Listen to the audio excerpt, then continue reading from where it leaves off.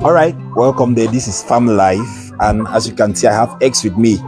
Many people always ask me, most especially people that start farm in their first and second maybe batches of birds, they always ask me how we manage to get eggs that are good in sizes. As you can see, these eggs are very good in sizes, not just size but in quality.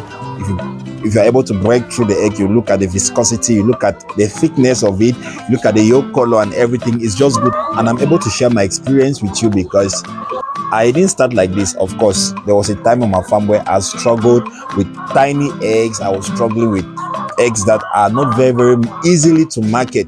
You see, people love to patronize you, but when they buy your eggs, they will say those eggs are small. The eggs are good, but they are small. So how do you overcome the size challenge? How do you overcome the size challenge to have eggs like this, eggs that weigh like 65 to 80 and even 90 grams? How do you do that? Today's video is here. If you are new to the channel, please hit that subscribe button so you get notified each time we drop a video. This is Farm Life.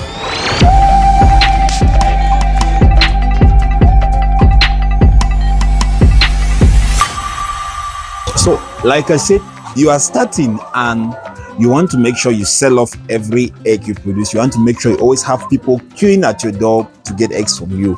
How exactly do you handle your birds in a way that can produce eggs of a good size? Is the reason why I'm shooting today's video. So, get your notebook and your pen and let's ride on. The first thing I want to say from the bottom or from the early stage while you progress and move towards production is that you must watch out for the breed. I've not been able to keep birds of so many different breeds, but trust me, before starting out, I took time to do a research on the different breeds of birds, their characteristics, their genetic properties, and all of those things. They are very important. So take upon yourself a study, just understand the different breeds and how they produce and the quality and the size of their eggs. For example, I have breeds like the Isa Brown, we have the Legons, we have the Rhode Island Red, we have the Isa Brown. My birds are of the Isa Brown. So wherever you are, just find out, maybe from the internet, find out which breeds are there that produce very well. Which breeds are there? I've said, for example, our birds are of the Isa Brown breed. So find out which breeds are producing very well, which is around your area, which is common and which is easily accessible. And I tell you the truth, first and most important, go for birds that produce good eggs. You don't want to take upon yourself a 6 month or a 5 month project and you're dealing with something that is not quite efficient. So go ahead and get birds that have the best or that have a good genetic property. The next thing I want to talk about is your feed. Come on, your feed. Feed is everything. What the birds eat will go a long way to influence what they produce. So get the very best feeds. You see, success around agribusiness revolves a lot around knowledge. Get the best feeds.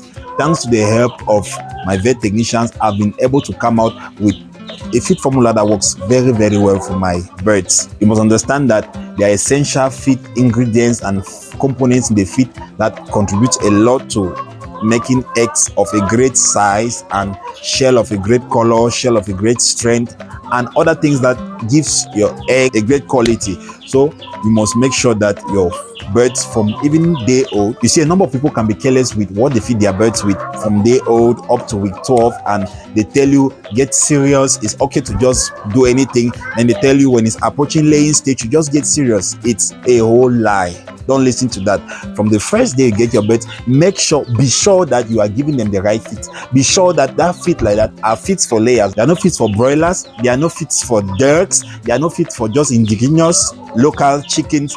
They are feeds. They are starter feeds for layers. All of these things begins to make sure that certain organs in the body of the chicken that are responsible for egg quality and for egg formation, those organs are well developed. So if you go and you just feed your birds anyhow on the opinion that you will get their feeding more serious when they begin to approach laying state, it's all a joke, and you don't want to fall for that. So go ahead and make sure that from day one, from day old, throughout the time when they are in the brooder, they have the best feeds. So day 1 up to week number 8, of course you should know that you give your birds their starter feed. Week number 8 up to week 16, week 17 or week 18, you should go for the layer grower feed. And from week 18 going upwards onto production, they continue with their layer feed. So get the feed, the right ingredients, make sure the composition of those ingredients are okay, make sure the birds receive those feeds within the correct time, the starter feed, the grower feed, and the layer feed.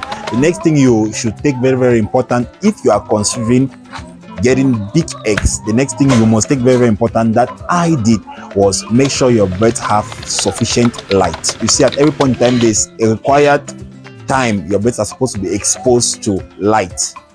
And if you cannot meet the required time, you must find a way of adding artificial lighting systems to make sure that your birds should be under a good lighting system for 14 to 16 hours of good light. The light should be efficient. Lighting goes a long way to influence egg formation, number one, and the quality and size of your eggs. So birds should have best and efficient light. They should be exposed to natural light, and if you don't have sufficient natural light, you can add up artificial lighting because it goes just a long way to improve on the size of your egg. So how does light affect egg production? Is something you should be asking yourself. How does light and quantity or duration of birds being exposed to light, how does it affect egg production? The first thing I want to say is that light helps in the regulation of the reproductive cycle. Exposure to light helps to regulate the reproductive cycle of your birds, and it will also increase the release of those hormones that stimulate egg production. It helps also in stimulating ovarian activities.